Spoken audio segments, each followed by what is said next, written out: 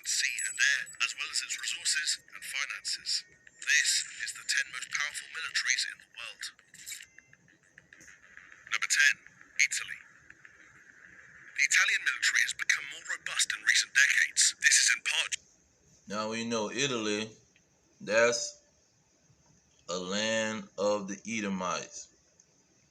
The Edomites control Italy and the military. That's the original land of the Romans, the Roman Empire, which was the Edomite Empire. It was the headquarters for the Edomites.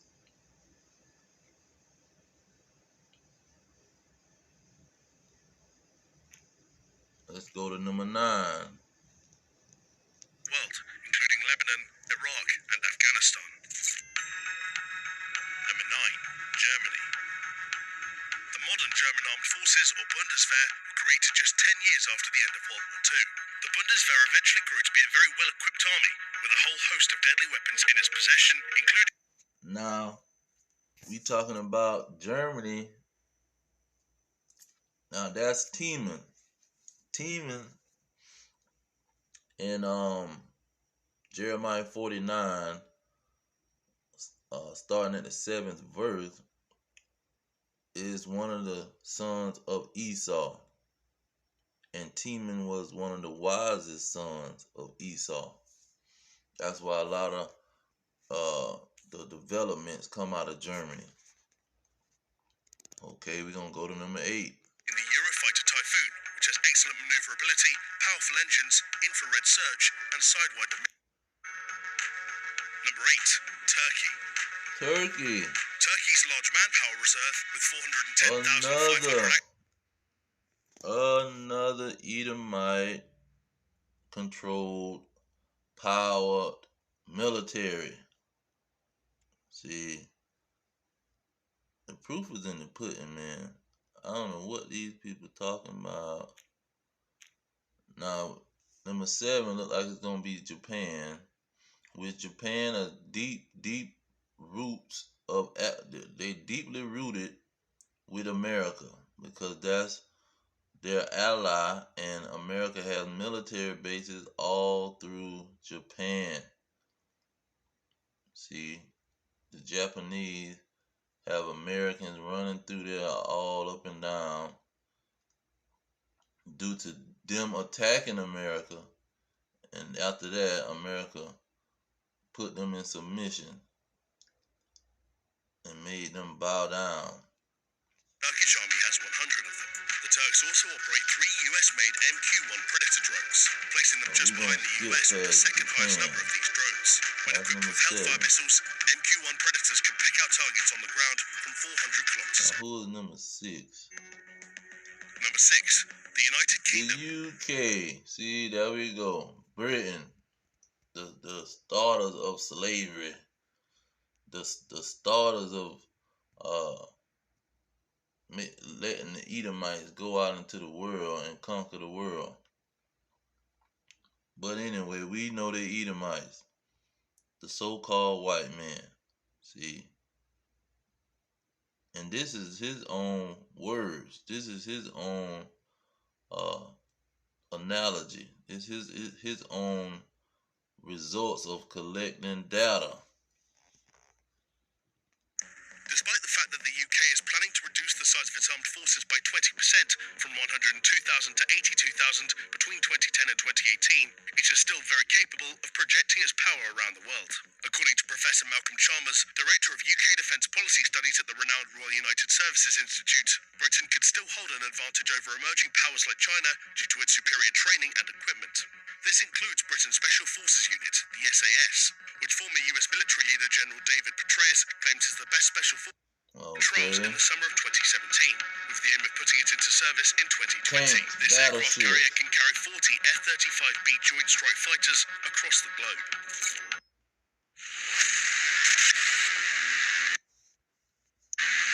Slovakia. 2022. Number 5. France. In terms of ground force troops, the UK and French militaries look quite similar at first, with France leading by a difference of 50,000 And because this it is has what 205,000 Revelation is talking active about with them frontline 10 personnel. horns. But the real That disparity is in beast, fixed-wing aircraft see and that fleet colored strength. beast In total, with France 10 has horns is talking 1,282 about these aircraft to the UK's militaries. 879. This includes The 140 of the militaries multi-role is fighter the aircraft, ones the with the Dassault Rafale, power. capable of carrying ASMPA When medium-range Yahweh nuclear shall cruise come, missiles. As mentioned they previously, got to the UK contend with does not his yet have militaries, man. I don't want to make this a long video. I'm going to shoot through. Okay, they going to throw China out there for number 3. Look, number 2 and number 1, we know. When Vladimir Putin came to power in 2000, the Russian army underwent a dramatic facelift. 17 years on, it's bigger, stronger, and better equipped than at any time since the end of the Cold War. It has the world's largest tank fleet, with a staggering 15,400 tanks, and the world's second largest aircraft fleet, with 3,547 aircraft. The most popular of these is the USSR-made Sukhoi Su-27, which can carry up to 8 air-to-air missiles. The world got a glimpse of Putin's new army in 2014, when little green We men know with gleaming Putin new got the uniforms greatest and weapons, military and its because he's Crimea in a coming for relatively painless America. but extremely efficient But operation. they got the rank America. Still lags far behind the United Number States in 1, total power in terms of technology, Babylon the Great, with much the of its great vast city. arsenal still made up of aging Who can war Soviet-designed with the equipment. beast? Number 1. United States. As of 2017, the land of the free has one of the largest militaries in the world, with 1,400,000 active personnel and 1,100,000 reserve personnel. Alongside its active ground force army, it's the world leader in aircraft production, with a total fleet of 19 aircraft carriers. That's more than every other country on this list combined, which hold around 80 fighter jets each. Combined. How can the US afford this? America, Well, the great it spends a city. whopping $600 billion annually to fund its military forces and overseas contingency operations. The US also Every year they implements spend cutting-edge technology 600 like the billion. Navy's new railgun, which can fire a projectile at around Mach 6 and has the potential to hit a target over 160 kilometers away. If that isn't threatening enough, though, the US has 662 overseas bases in 38 foreign countries. Overseas bases, 600. See, they're going beyond the calculations that they give you in Google. 600 overseas, man. That's almost 1,000. If you got 400 to 500 in America and you got 600 overseas, you almost hitting 1,000 freaking military bases, man. See, these people is clear led the beast and the Edomites. Let's get it. When you go to Obadiah, look at what it say in verse 3. It say, the pride of your heart have deceived you. Thou that dwelleth in the clefts of the rocks, whose habitation is high, that saith in his heart, who shall bring me down to the ground? See that kind of stuff right there is clear. He's pretty much saying, who finna defeat me? Who gonna bring me down? Look at verse 1. The vision of Obadiah says the Lord God concerning Edom. We have heard a rumor from the Lord, an ambassador is sent among the heathen. Arise ye and let us rise up against her in battle. See, the Lord is gonna bring the other heathens against the Edomites and their own people, Russia. But this is what the mindset of the Edomites is, because they have the military. Look at verse 9. It say, and your mighty men, old Teman, that's the Germans. The Germans sent people over here to so-called Babylon the Great to help establish Babylon the Great. So let's get Revelation.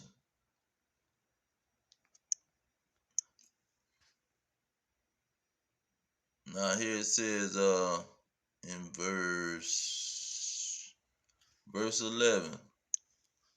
It says, and I saw heaven open, and behold, a white horse, and he that sat upon him was called Faithful and True, and in righteousness he do judge and make war. So Yahweh shall come to make war with these people, man. He's coming to make war with these people.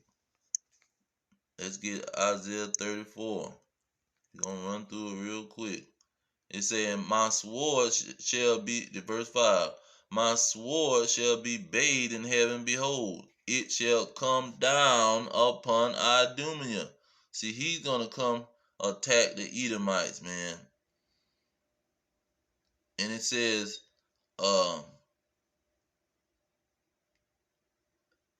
in verse 6, it says, for the Lord have a sacrifice in Bozrah, a great slaughter in the land of Idumea, or the Edomites.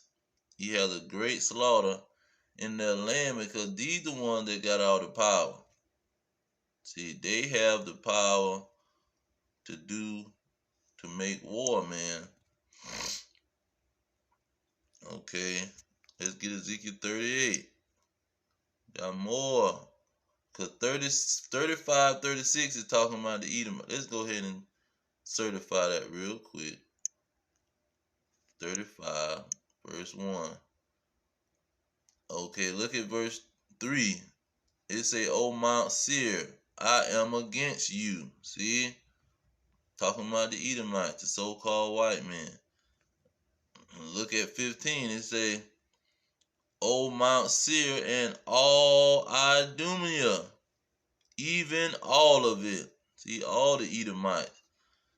Then 36 is talking about the residue of the heathen and against all Idumea, the Edomites, that stole his land, appointed my land in their possession with the joy of their heart. See, these ain't nobody over there but the Edomites. That's who is in that land. The same people that rule the world, like Malcolm X said. These the same devils. They just got different names and different titles. But we know with the eye, they the same devil when you look at them. So 37 was about the Israelites coming away, standing up as a great, exceedingly great army. The whole house of Israel standing up. Then when you get to 38, it's just still talking, go right back to the Edomites. Land of Gog and Magog, that's the Russians. And the heathens gonna come up against these Edomites. The Russians and these other nations, Iran, Africans, the Chinese, Japanese, everybody on that side of the world is gonna come up against the Edomites. And Russia, which is the second most powerful military, look at verse 7. Be prepared and prepare thyself, thou and all the company that assemble unto thee, and be thou a guard unto them. So he protecting them. America knows we mess with any of those countries over there, we got to go against Russia. Russia is gonna attack us. We got to battle Russia. So we got to defeat them real quick, and then we got to deal with Russia. And Russia's telling them the whole time, if you make a move, I'm going to go to heaven and you going to go to hell. See, Putin letting them know straight up. And this is what the situation is about, man. Let's get Malachi 1 and 4. It says, whereas Edom says, we are impoverished, but we will return and build the desolate places. Thus says the Lord of hosts, they shall build, but I will throw down. See, he's going to destroy everything that they building. And they shall call them the border of wickedness, the people against whom the Lord have indignation forever. See, he hated Esau because Esau got this power. He got this power, like Job 9 and 24 say, and they controlling the world with it. 1,000 military bases America got. That's why Revelation 18 and 18 is so powerful. It say, and cried with it when they saw the smoke of her burning, saying, what city is like unto this great city? What city is like Babylon the Great? What city is like America? Look at verse 18. It say, and the women which thou sawest is that great city, which reigneth over the kings of the earth. Which city or country that got 1,000 military bases on the world scene. That's why in verse 4 it lets you know who these people are. And they worship the dragon which gave power unto the beast, because both of them was red. Both of them had 10 horns and 7 heads. It say, and they worship the beast, saying, who is like unto the beast, and who is able to make war with him? See, making the war situation is the whole thing. Who is able to make war with Esau, man? You can make war with the Arabs all day. The Arabs depending on the Russians. The Arabs depending on America to make their missiles and guns and weapons. The Arabs depending on the Chinese. The Arabs depending on everybody else. But guess who ain't depending on nobody? The so-called white men. See, they can make war on the Edomite. On the Arabs. The Arabs can't be the Edomites. They don't qualify. They don't fit in the puzzle piece. If you got a puzzle piece and you saying, well, we got this powerful military that's gonna control the world, you can't place the Arabs in there. They don't got no powerful military. See, they got a weak military. That's why they don't even make no Arab country made the list. Only the Chinese, the Japanese, who deeply in cahoots with America and deeply connected to America. Moab and Edom was always deeply connected. They the only one made the list. The Arabs didn't make the list.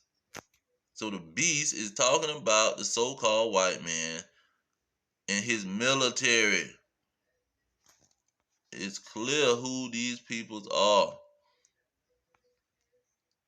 Look at 13 and 7. It's saying it was given unto him to make war with the saints. That great sword was given to the Edomites.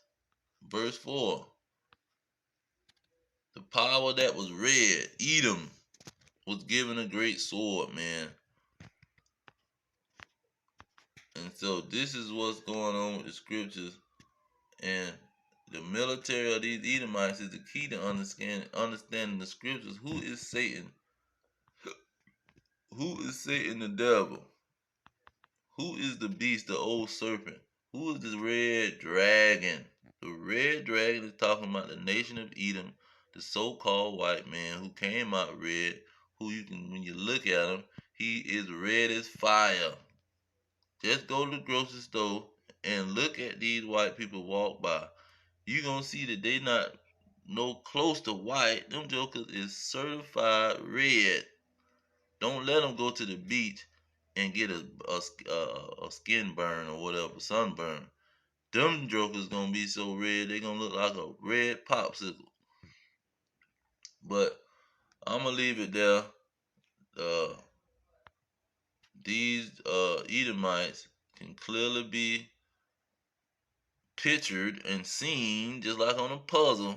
When you put the puzzle together and put these scriptures together like a puzzle, like Isaiah 28 and 9 tell you to do, and verse 10, precept upon precept, you put the puzzle together the correct way, or in any way you put it together, you gonna find out that these so-called white people is the beast and the Edomites in the Bible, and they are the ones that's gonna war with Yahweh Shah, who they ignorantly call Jesus Christ, and his military. That's them chariots that's flying through the sky all over the place, like Luke 21 say. But I'm gonna leave it there. All praise to Yahweh Bashem Yahweh Shah, Bashem Kakadash. Double honor to the elders pushing the truth. Peace to the elect, the blacks, Hispanics, and Native Americans, descendants of slaves. Our kingdom is at hand. Shalom.